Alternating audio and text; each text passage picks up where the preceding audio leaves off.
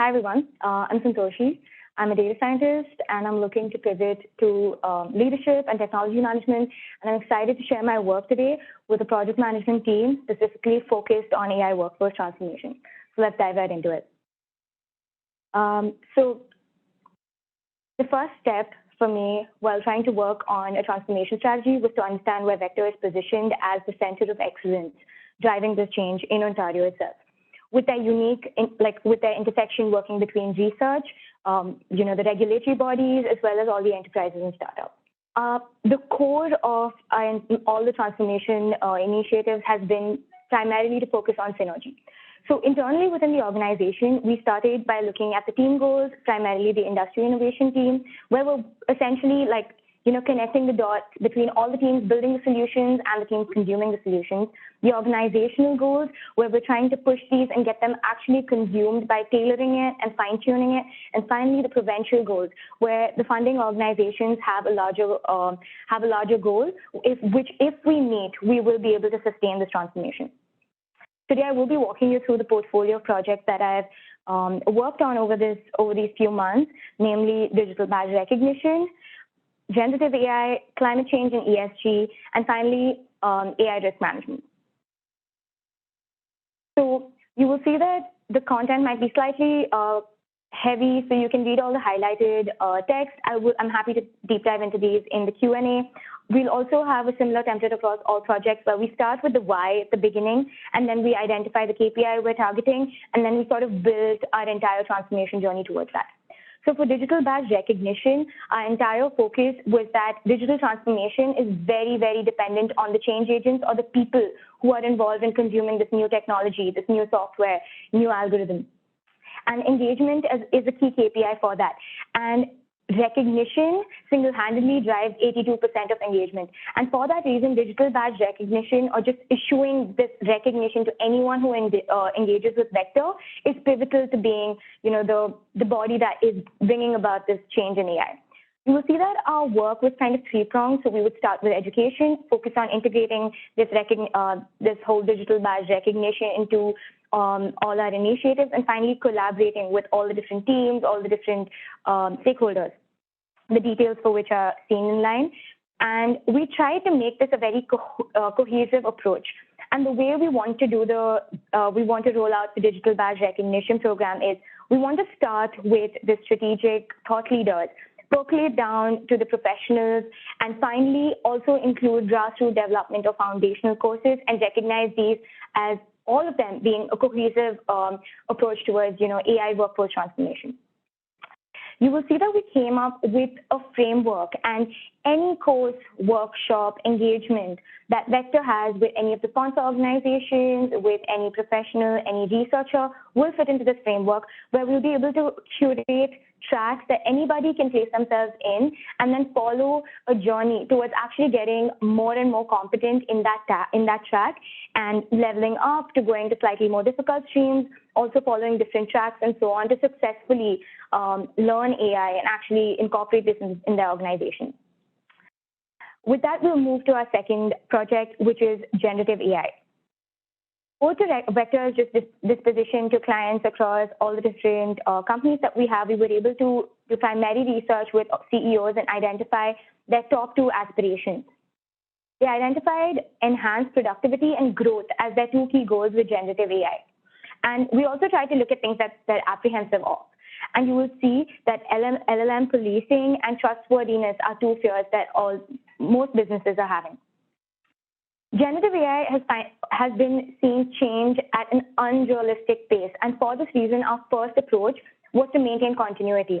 We want to retain all the experience, knowledge, and sort of impact we've created and compound on that. And we want this to be a continuing journey where we will have these interactive sessions with all stakeholders. And it's important to realize that these sessions, these upskilling, transformative initiatives are not one-dimensional. We involve leaders and business strategy guys. We also have people making the solutions or the technology execution guys. And we finally have control and governance so that we can roll this out in a secure fashion. All our efforts in generative AI are also taking into account the different divisions of the organization. We don't want this to primarily be focused towards IT or engineering. We will also try to incorporate its application in the rest of the domains across the organization. Another thing that our generative AI efforts have are that we have a collaboration of researchers, of enterprise clients, as well as startup or fast lane participants. Finally, the outcome of our generative AI transformation initiative is that we will be releasing a paper at the end of the thought leadership program, which will then sort of be the guiding principle for a lot of generative AI efforts, and this will be like the synergy of all the different experts in this domain across Ontario. Finally, you will see that we kind of put together a sample track of how we would like generative AI to be recognized by Vector should they roll it out. So we can start with something like attending a conference or a roundtable. We can move up to more interdisciplinary courses like ethics, sales, applied generative AI, and finally more focused and high-level courses such as enterprise AI, data strategy, and so on. This is just a sample, but it will be, we can curate it for all the different teams across Vector and also for all our clients. We now move on to the third project that I was looking at, which is ESG and climate change. Again, we start with the why, with increasing funding, with increasing need and corporate recognition for ESG efforts. We've seen that companies almost directly, like their funding and access to capital is very significantly dependent on ESG. And for that reason, ESG is almost an imperative part of AI and digital transformation initiatives as of now.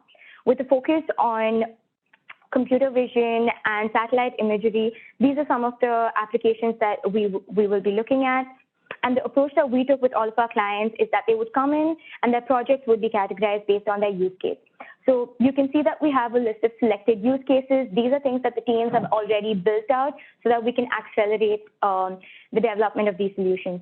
We also have a collaborative model where everyone who's coming in will be working in silos with similar use cases, similar goals, similar data, and the engagement will be multifold. So it will be from the AI engineering team, the participants themselves, and of course, advisors who are scholars or industry experts. The outcome of this is that at the end of these 4 months that any client engages with Vector, they will have groups, so they will have a peer group of experts, they will have Vector advisory, they will actually have a successful product that they would have built on public data.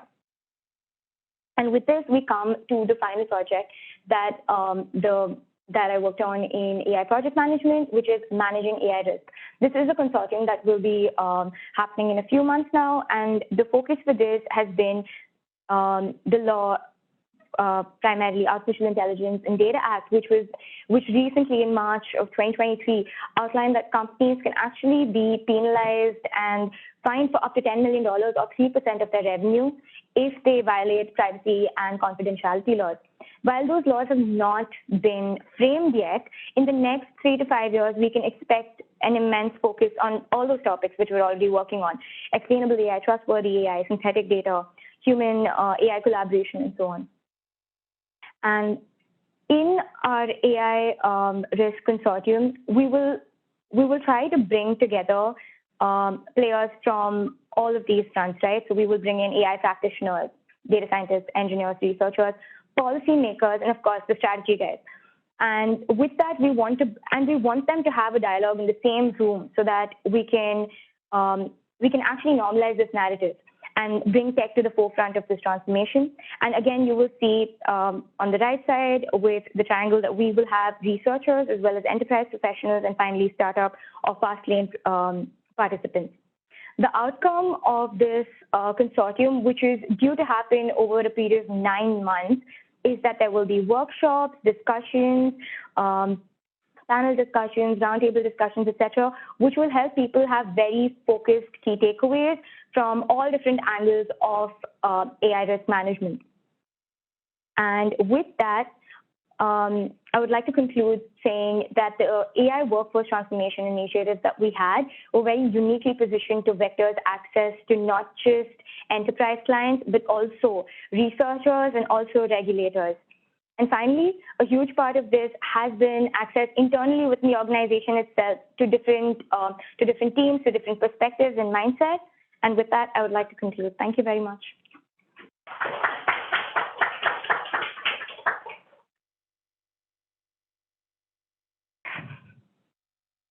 I can start. Santoshi, great presentation. Can you walk me through maybe one of the projects that you worked on?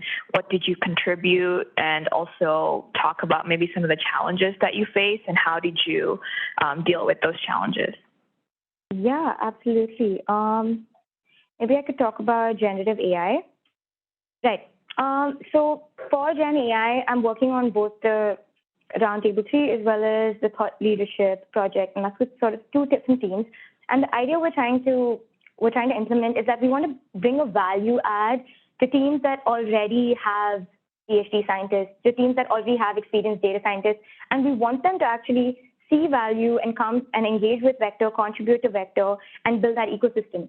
And the only way to do that is to kind of engage multifold. So my role in all of this has been that, on the project management front, I was talking to a lot of different people, whether it's like researchers, people from fast lane companies, or our sponsors and enterprise clients, trying to get people into the same room. But more importantly, what do they do there? So on the back end, we're actually planning what are these topics they're going to talk about, what is the research we want them to engage in, and things like that. So we put together the entire essentially structure for them. And the outcome of this initiative that we've outlined is a paper that we will be publishing.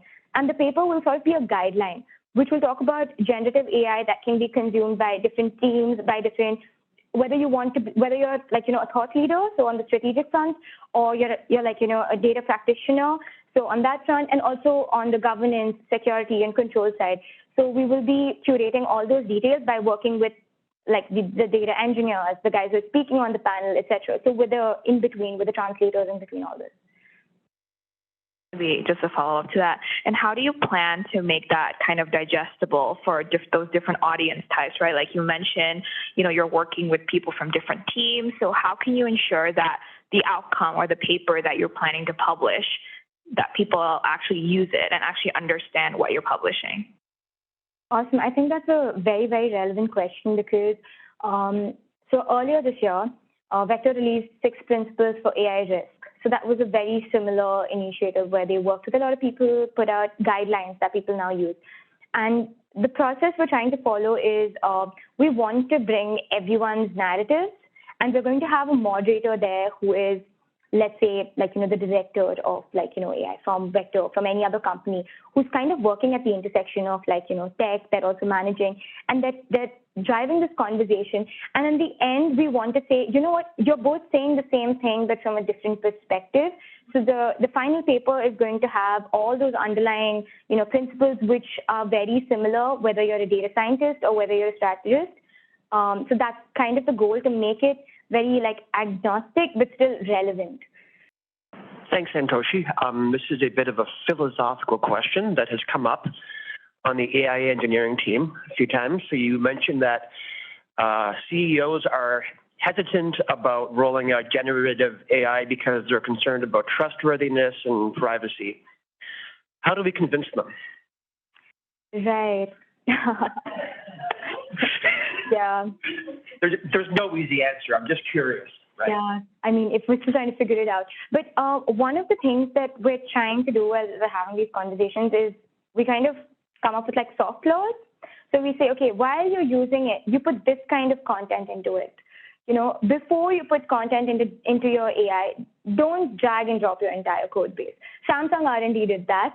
And literally, like, it was all over the news, and the team was red flagged because they essentially gave away all of their information to a black box model that will now never give it back to you. So the kind of policy making that would involve, like, at least at this level of like AI risk, is like, okay, here are some rules, don't break them. And that's the kind of approach we're taking as of now. But obviously, going forward, it's going to be a more like technological solution where you stop this information from kind of being traced back, like even with what oh my god. Anyways, the point is that even with LLMs, we can actually trace back what is the learning data set, right? It can be done, and that information can be retrieved.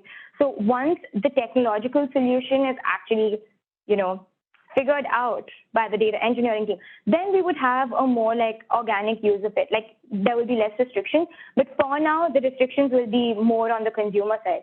Like, don't put in this. This is like in prompt engineering. This is how you ask the questions. This is the kind of information that goes into it, that sort of stuff. So following from the philosophical question, did you see any overlap between what we would have seen from the generative AI thought leadership as well as managing AI risk? Is there a combination of implementing various things that you think would then lead to greater success? So, for instance, if you have your own established principles, then it's easier to then adopt more or implement more generative AI elements to your business. So do you see that there's a natural flow of the various things that you're doing in order to affect change and then get positive results? 100%. I think on the back end, essentially, these are just like security, risk, are very like agnostic principles. So whether it's like generative AI or whether you're applying it to other models that you're like exposing to, like, I don't know, an API or like, a client, they all follow similar principles. The reason, what you're looking at on like this level is just the gift wrapping. So there's a lot of, like on the back end, like working on these 4 projects, there's a lot of cohesiveness. So all the principles remain the same, right? Like trustworthiness would remain same across the board. Right now, maybe we don't have the technology that kind of quantifies trustworthiness of, let's say, ChatGPT 3.5 versus 4. We don't have that yet. But the idea is that we want to educate people. I don't know if you know this, but so QR code payment or like instant, payments, it's taking off now. But the education, the systems were set up for it for over a decade. So the initial phase of most emerging tech will be education, will be getting the guys on top. Like, it's just like a top-down approach. So get their buy-in, get this normalized. Like in the next 1 year, Vector will be the voice that kind of normalizes this. And they're like, okay, so tech is not that back-end office anymore. And by then, hopefully, once the tech catches up, we will have more quantifiable, okay, you can have the software running for you and you don't need a million rules. Yeah.